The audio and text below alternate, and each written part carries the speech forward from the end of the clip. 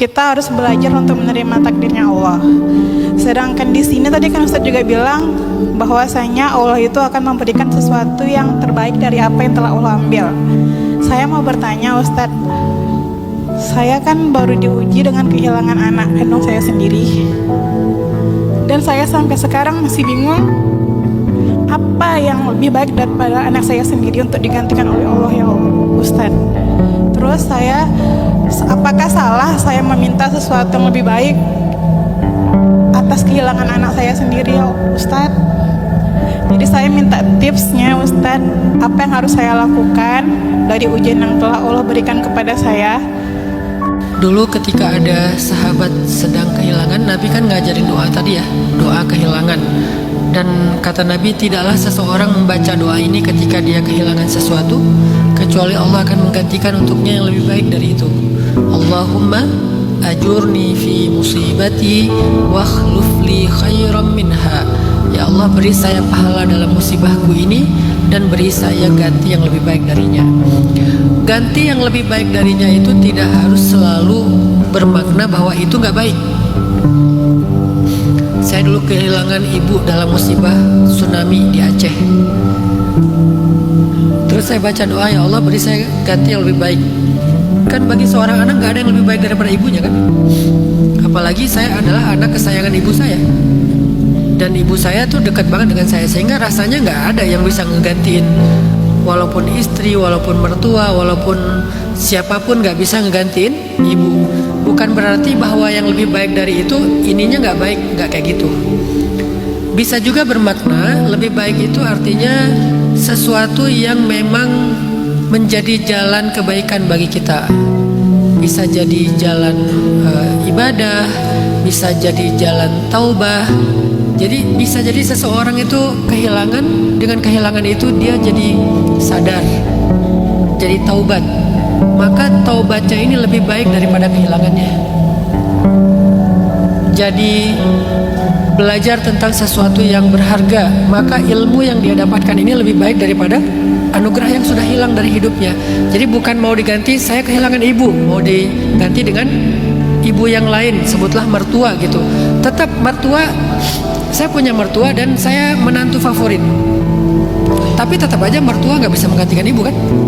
Gimana cara mertua menggantiin ibu? Karena ya fitrahnya secara takdir emang gak bisa digantiin. Tapi tetap aja bahwa gara-gara kehilangan ibu itu saya jadi belajar sesuatu yang selama ini gak saya ngerti gitu. Misalnya nasihat-nasihat yang diberikan ibu saya baru berarti setelah ibu gak ada. Dan nasihat itu berharga sekali untuk modal hidup saya. Selama ini saya abaikan nasihatnya.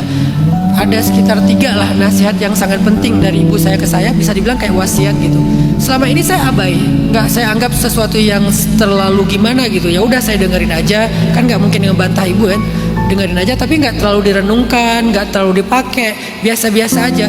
Begitu ibu udah nggak ada, saya mikir banget tentang nasihat dia, wasiat dia, kalimat-kalimat dia. Saya pikir, dan itu menuntun kehidupan saya. Oh harusnya begini, harusnya begini, harusnya begini. Sampai hari ini, termasuk yang saya cerita tadi, misalnya saya lagi dapat musibah, nasihat ibu saya itu yang menguatkan saya.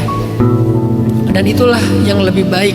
Walaupun ibu juga tetap baik, tapi ada sesuatu yang sangat baik yang kita dapatkan melalui musibah. Jadi Mbak Widya gak ada yang bisa menggantikan anak, apalagi bagi seorang ibu. Tetapi bahwa kehilangannya adalah cara Allah memberikan sesuatu yang sangat berharga dalam hidup kita, yang bentuknya gak harus selalu sama. Bisa kesadaran, bisa ilmu pengetahuan, bisa kesabaran, bisa ibadah, bisa kebijaksanaan, bisa banyak hal. Seandainya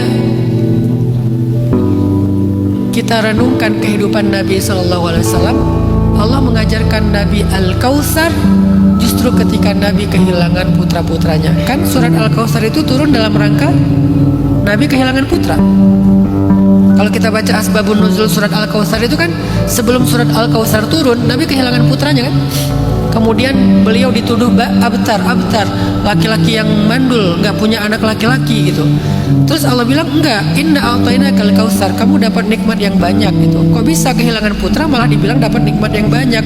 Karena kehilangan itulah yang mengajarkan Nabi tentang sabar, dan sabar itu sesuatu yang berharga.